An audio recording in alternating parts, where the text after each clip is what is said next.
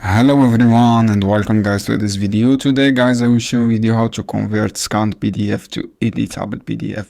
So guys, go to I love PDF. This is online method guys you can use, and click I love PDF. From here scroll down, choose OCR PDF, upload your PDF guys from here. After that you see this, make sure this option edit PDF on the lien of the search.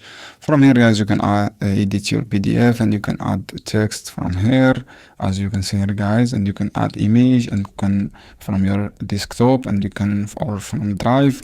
From here you can add write something on the pen as you can see here guys, and you can add drawing, and from here you can select any drawing you want to add.